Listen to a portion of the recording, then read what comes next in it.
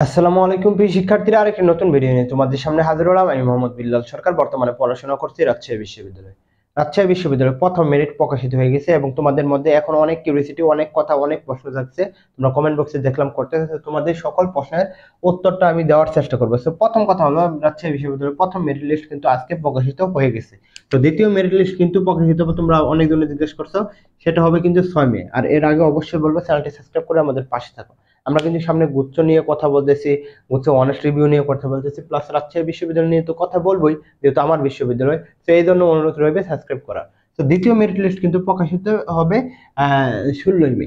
এখন অনেকজন প্রশ্ন করতে হবে, ভাই আমার করণীয়টা কি? যদি তুমি প্রথম মেরিটে চান্স না পাও, তোমার করণীয় হচ্ছে অবশ্যই তুমি কিন্তু এখন দ্বিতীয় মেরিটের জন্য অপেক্ষা করবে বা তৃতীয় মেরিটের জন্য অপেক্ষা করবে। তোমার যদি সিরিয়াল কাছাকাছি থাকে তাহলে কিন্তু তোমার দ্বিতীয় বা তৃতীয় মেরিটে এসে পড়বে।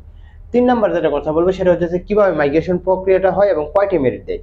রাজশাহী বিশ্ববিদ্যালয়ে যদি 2 বছর দেখি, তাহলে মোটামুটি গত বছরের মাইগ্রেশন বা মেরিট দেখেছিলাম মোটামুটি 10টার মতন। কারণ আছে। কারণটা কি?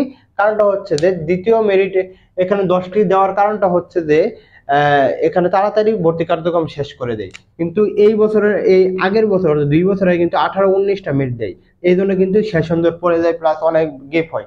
10টা মেরিট দিলেও সুবিধা রয়েছে। মনে করো 10টা মেরিটে তাদের যে কার্যক্রমটা সেটা শেষ হলো না, বা সিট রয়েছে মনে করো 50টা সিট হওয়ার কারণে কিন্তু পরে তারা কি দিবে? গণবিজ্ঞপ্তি।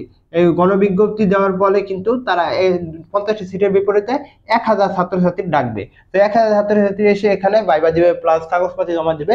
যারা আগে থাকবে তারা কিন্তু চান্স পেয়ে যাবে। তো আর বললাম যে দ্বিতীয় মেরিটের জন্য অপেক্ষা করতে হবে। আশা করি তোমাদের এইগুলো প্রশ্ন ছিল। আর তোমাদের সামনে ইনশাল্লাহ কালকে কত পর্যন্ত চান্স পেয়েছে সেই বিষয়ে আমি বিস্তারিত আলোচনা করবো। এই জন্য চ্যানেলটি সাবস্ক্রাইব করে থাকো।